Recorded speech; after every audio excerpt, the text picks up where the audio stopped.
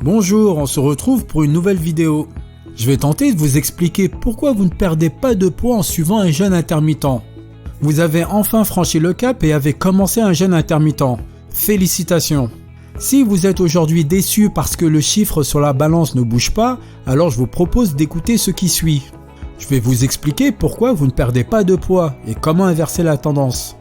En principe, le jeûne intermittent engendre une perte de poids. Patterson et son équipe ont étudié 13 expérimentations sur le jeûne intermittent et 84,6% d'entre elles ont démontré une perte de poids. Pareil pour Welton et ses confrères qui ont relevé que les 1206 participants de 12 études différentes ont perdu entre 4,6% et 13% de masse corporelle. Des résultats comparables avec un régime allégé en calories. Afin que vous compreniez ce qui peut freiner voire stopper l'amaigrissement, voyons rapidement les deux mécanismes qui engendrent la perte de poids. D'abord, en mangeant sur une fenêtre de temps réduite, on est généralement amené à moins manger. C'est en tout cas ce qu'explique Patterson dans leur étude. Ensuite, il faut savoir que lorsque le corps est privé de sa première source de carburant que sont les glucides, il commence à puiser les acides gras stockés dans notre masse graisseuse.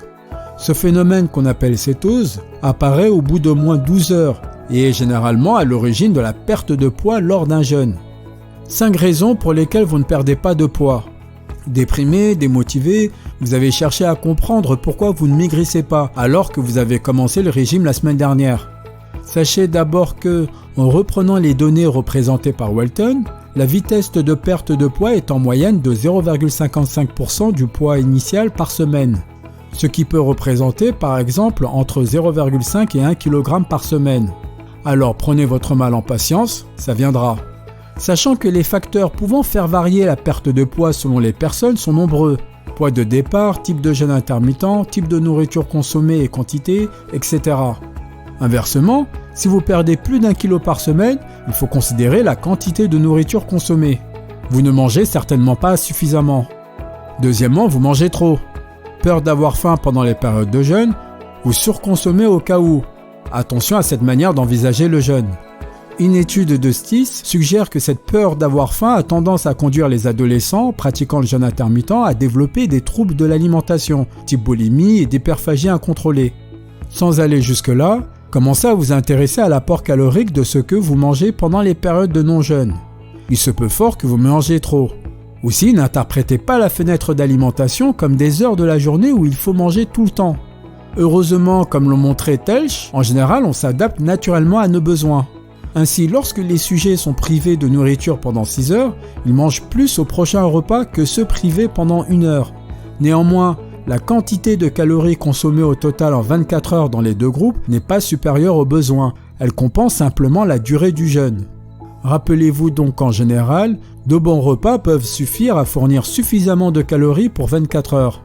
Et qu'en tous les cas, trop manger n'empêchera pas la faim éventuelle et apportera un lot important de problèmes de santé physiologiques et psychologiques. Troisièmement, vous mangez mal. Comme dans tout, il vaut mieux qualité que quantité. Tel que l'explique Drewnowski, il y a une différence importante entre aliments riches en nutriments et aliments riches en énergie. On parle de richesse nutritive lorsqu'un aliment apporte une quantité importante, variée et saine de nutriments essentiels, protéines, fibres, vitamines et minéraux. À l'inverse de ceux riches en gras saturés, sucre ajouté et sodium. La quantité nutritive d'un aliment détermine s'il est sain ou non. De l'autre côté, la densité énergétique d'un aliment correspond à la quantité de calories qu'il fournit. Cette densité est inversement proportionnelle à la quantité d'eau contenue dans l'aliment. Par exemple, le sucre en poudre qui est complètement sec et ne contient que des glucides représente 400 kcal pour 100 g, tandis qu'une boisson sucrée est autour de 40 kcal pour 100 g, car elle contient beaucoup d'eau. La densité énergétique n'est pas un indicateur suffisant pour considérer la nourriture. Généralement, les aliments riches en énergie contiennent principalement du sucre ou du gras et sont pauvres nutritivement. Comme le montre Stelma Schmardas, il y a un lien significatif entre consommation de nourriture énergétiquement pauvre et perte de poids chez les sujets adultes obèses.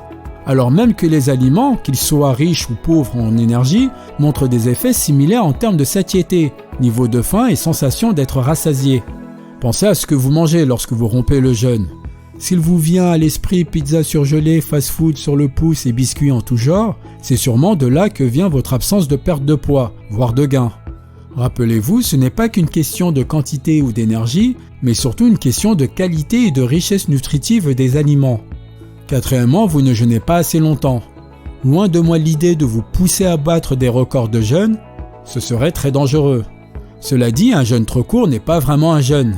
Pour que le jeûne produise la plupart des effets positifs du jeûne intermittent, dont je vous parle par exemple dans mon article ou mes vidéos, il faut au moins entrer en état de cétose. Ce mécanisme est, je vous le rappelle, l'une des deux principales raisons de la perte de poids pour les pratiquants du jeûne intermittent.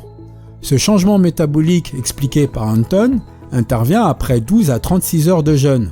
Cela dépend de la quantité de glucose dans le foie et de la dépense énergétique en phase de jeûne.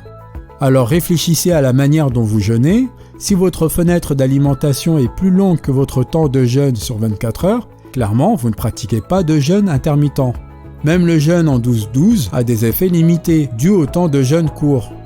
Et pour finir, vous changez trop souvent de méthode ou ne vous y tenez pas. Comme vous vous en doutez, si vous craquez en permanence et cassez le jeûne à tout bout de champ, ça ne fonctionnera pas, tant en ce qui concerne la perte de poids que les autres effets positifs. Mais vous n'aviez peut-être pas imaginé que changer régulièrement de méthode de jeûne intermittent, même en s'y tenant, puisse être un problème. Pourtant si tout cela est dû à nos rythmes biologiques, notamment les rythmes circadiens et infradiens, veille, sommeil, repas, sécrétion d'hormones, température corporelle, etc. Des phénomènes physiologiques et comportementaux qui se répètent de manière cyclique au cours du temps. Comme l'ont montré Patterson et Sears, le jeûne intermittent est un moyen efficace de synchroniser ces systèmes qui ont besoin de régularité pour fonctionner correctement. Une synchronisation qui prend tout de même au moins 2 semaines pour se faire. Période de transition durant laquelle on ressent de nombreux effets négatifs sur le sommeil, la sensation de faim, l'humeur, etc. Bien sûr, si je vous en parle ici, c'est surtout parce que les perturbations des rythmes circadiens impactent généralement la gestion du poids, à travers notamment l'augmentation de la résistance à l'insuline, l'accumulation de gras stocké et les dérégulations d'hormones gérant l'appétit. C'est en tout cas ce qu'explique Covassin dans leur étude sur le lien entre déréglementation circadienne et obésité. Si vous changez souvent de méthode, il n'est pas étonnant que vous ne parveniez pas à perdre du poids. Votre corps ne trouve pas son rythme et ne peut gérer correctement l'alimentation. Les solutions pour remédier à tout ça. D'abord, il faut trouver le bon rythme de jeûne. Renseignez-vous sur ce qui existe, pensez à votre propre rythme de vie et adaptez la méthode à vos besoins. Et lorsque vous faites des changements, allez-y progressivement. Ensuite, veillez à manger assez pour ne pas avoir trop faim en période de jeûne. En plus, en mangeant trop peu par rapport aux besoins, le corps risque de stocker plus facilement pour prévenir le danger d'une sous-alimentation. Planifiez vos repas à l'avance et passez du temps en cuisine, afin de toujours manger des repas riches en nutriments et sains. Pensez surtout aux protéines et fibres qui sont rassasiantes et pour longtemps. Enfin, apprenez à gérer la faim lors du jeûne en restant actif et productif, en dormant assez, en buvant de l'eau et surtout en contrôlant vos propres pensées. Passer un bon jeûne, c'est déjà la première étape vers une quantité de nourriture raisonnable lors des temps de repas. Je vous remercie encore pour votre fidélité. Comme d'habitude, on aime la vidéo et pour les nouveaux, il faut vous abonner pour m'encourager à produire plus de contenu de qualité, mais aussi permettre à la chaîne de gagner en visibilité.